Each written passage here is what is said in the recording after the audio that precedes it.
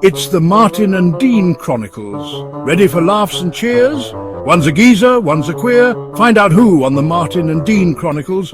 Tune in, don't delay. Martin and Dean will make your day. Chapter 8. Berghof, the scientist and a drinking escape. Dean wakes up on a park bench, groaning. His head throbs. Martin stands over him, frantically shaking a newspaper in his face. Dean, wake up, look at this. Dean wakes up slowly, groaning. Oh, what time is it? What's all the yelling about? Martin shoves a newspaper at him. Read this, look at the headline. Dean squints at the paper. The headline screams, "Hitler invades Poland, cites encouragement from mysterious Dean." Dean starts blinking. What the...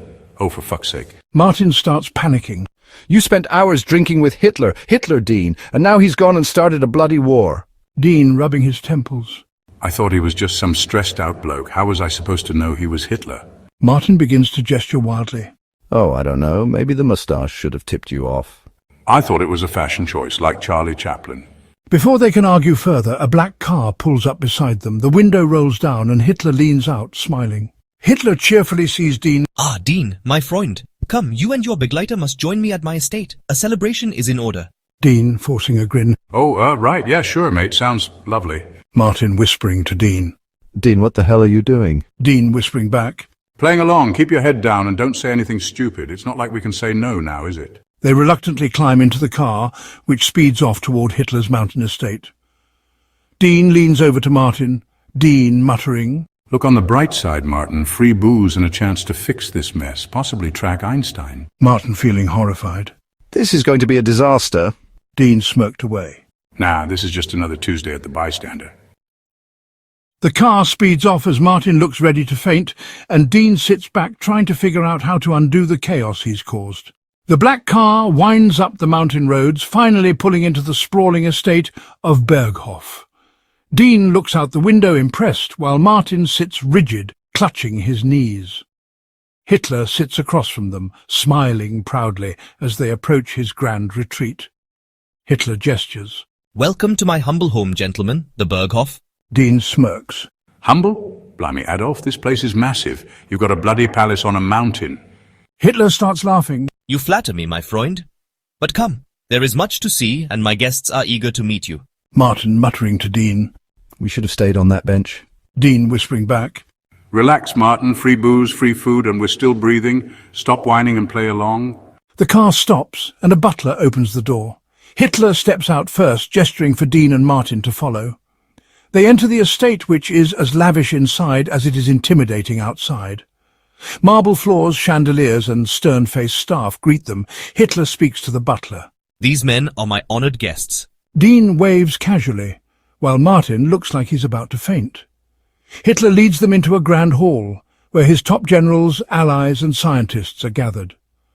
The room quiets as Hitler enters with his new Freunds. Hitler addresses the room. My Freunds, allow me to introduce a great man who had inspired me deeply, Dean. The crowd claps politely. Dean raises a hand in a casual wave, grinning. Martin offers a weak nod, trying to avoid eye contact with anyone. Dean whispering to Martin. See, they love us. Martin whispered back. We're going to die. Hitler smiling at the two of them. Please, mingle, enjoy yourselves. If there is anything you need, simply ask. As the party resumes, Hitler is pulled aside by one of his generals. Dean scans the room and spots a group of scientists, including Werner Heisenberg standing near a table of hors d'oeuvres, Dean nudging Martin. Right, I'm off to chat with the brainy lot. You, try not to embarrass yourself. Martin just panicked. Dean, don't... Dean is already walking away. You'll be fine. Just smile and nod. Dean approaches the group of scientists and claps Heisenberg on the back, startling him mid-sip of wine. Evening, mate. You look like the clever sort. What's your game? Heisenberg, startled, quickly replies. I am Werner Heisenberg. I work in theoretical physics. Physics, eh? Love a bit of science. Listen, you wouldn't happen to know where I could find Einstein, would you? Heisenberg scowls at Dean. Einstein? That swine? He defected to America, abandoning Germany and the pursuit of knowledge here. Dean taken aback. Oh, bugger, that's a pain. I really needed to chat with him about some bits and pieces. Heisenberg looked suspiciously at Dean. Chat? About what? Dean scrambling for words. Oh, you know, sciencey things, relativity, atoms, how to, make clocks run backwards, that sort of thing. Heisenberg, narrows his eyes, clearly unimpressed. He excuses himself and walks across the room to Hitler, whispering something in his ear. Hitler nods and smiles, then gestures back toward Dean. Heisenberg returns, his tone suddenly friendlier. Heisenberg forced a smile. The Führer informs me that you are trusted, Freund. My apologies for my earlier tone. No hard feelings, mate. Happens to the best of us. Perhaps you would like to see one of Einstein's old laboratories. It was abandoned when he fled, but there may still be items of interest. Dean looked excited with the news. Now we're talking. Lead the way, Doc. Dean grabs Martin, who is hiding near the buffet table, and drags him along. Heisenberg leads them down a series of long, dimly lit corridors until they reach a heavy locked door. Heisenberg unlocks it, stepping aside to let them in. This was Einstein's laboratory. He left many things behind when he defected. You may find what you are looking for. Heisenberg leaves, closing the door behind him. Dean and Martin stand in the dusty, cluttered lab, surrounded by strange equipment and stacks of papers. Dean and Martin start to rifle through old papers and blueprints covered in dust. Martin sneezes violently, knocking over a pile of notes. Martin starts grumbling. Why is it so dusty? It's like no one's heard of a bloody feather duster. Shut up, Martin. Don't worry about dust. Just look, will you? After searching some more, Dean finds a sketch. Well, there doesn't seem to be anything else useful in here. Only this sketched drawing that looks similar to the device that we have. I guess it's a start. Oh, great, nothing but just a sketch. We don't even know where Einstein is. Dean slaps Martin on the back. That's where you're wrong, Sunshine. Heisenberg just let it slip. Einstein defected to America. That means he's there, probably in some top-secret lab, sipping tea with the Yanks. Brilliant. So all we need to do is casually pop over to the most secure country in the world during a world war, let alone get out of Hitler's estate. I've got a plan, and it's fucking mental. Dean and Martin return to the party. They stand in the middle of a grand Nazi banquet hall, surrounded by Hitler's inner circle, generals, scientists, and all manner of sinister pricks sipping expensive wine and plotting world domination. A massive chandelier looms overhead, and a live orchestra plays some pompous Wagner bullshit in the background. Dean claps his hands together and grins.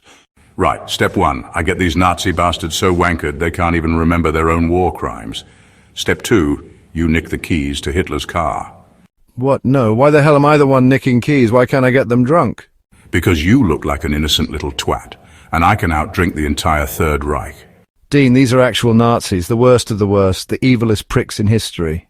Even better, nothing funnier than getting the world's biggest arseholes blackout drunk and stealing their shit. This is a bloody nightmare. Welcome to World War fucking II, Martin. Now get moving. Martin sighs and sneaks off toward the coat rack, muttering curses under his breath. Meanwhile, Dean strolls up to Hitler and his cronies, who are deep in conversation about military strategy. He claps his hands loudly, interrupting. All right, lads, enough of that depressing war bollocks. Let's get absolutely smashed. The generals blink in confusion. Hitler, looking intrigued, tilts his head like a curious dog. Smashed? Yeah, you know, off your fucking tits. Pissed, bladdered.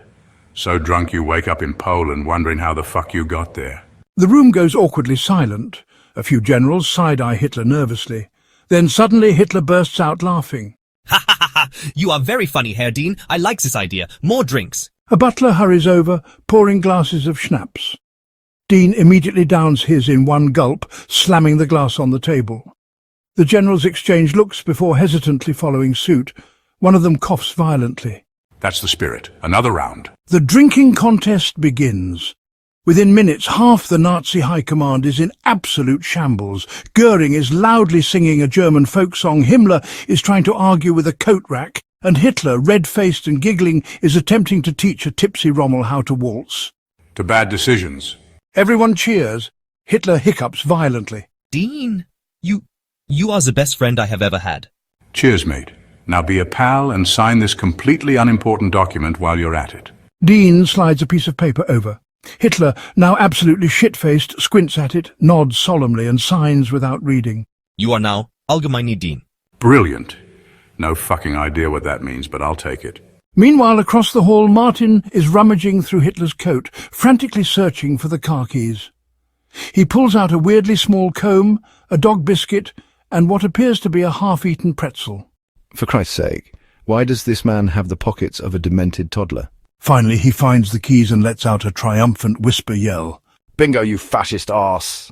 Just then, a heavily inebriated general stumbles past, nearly knocking him over.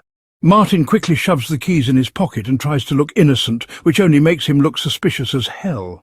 Back at the bar, Hitler is drunkenly explaining his brilliant ideas for the future, most of which sound utterly batshit. And after we conquer the world, we build a giant pyramid in Berlin, like the Egyptians, but bigger, much bigger. Dean pretending to be fascinated.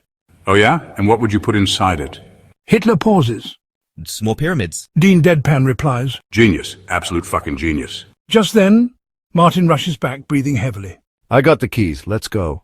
Great work, Martin. Guess what? I just got Hitler to sign official documents making me a fucking Allgemeiner. What is an Allgemein? No clue, but it's official as shit. I reckon it means I'm some kind of officer. Jesus Christ, you absolute lunatic. Let's go. They sneak out, but before leaving, Martin hesitates. Martin turns to Dean with a serious tone. Dean, we could end it all right now. I've got the keys to Hitler's car. I could just floor it, run him over, and the war ends today. Dean staring at him. Martin, no. But Just no. it would... Poof, we change history like that. We could wake up in a world where sentient, 40-foot-tall Nazi snails run the planet. Do you want Nazi snails, Poof? No, Dean, I do not want Nazi snails. Exactly. Now let's get to the airfield before I sober up and realize how fucking stupid this plan is. They both get into Hitler's car and race off down the road. They arrive at a Nazi airfield. Dean, still officially an Allgemeiner, confidently waves his signed document at a confused German pilot.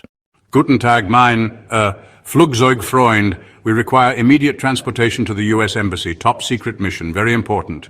Führer approved. He winks. The pilot hesitates but sees Hitler's drunken signature on the paperwork and instantly salutes. Jawohl, Herr Allgemeini. Moments later, Dean and Martin are in the aircraft, flying out of Nazi Germany in a stolen aircraft, leaving behind a blackout drunk Hitler and a trail of chaos. Oh, I can't believe that actually worked. Martin, you'd be amazed what you can get away with when people think you're important.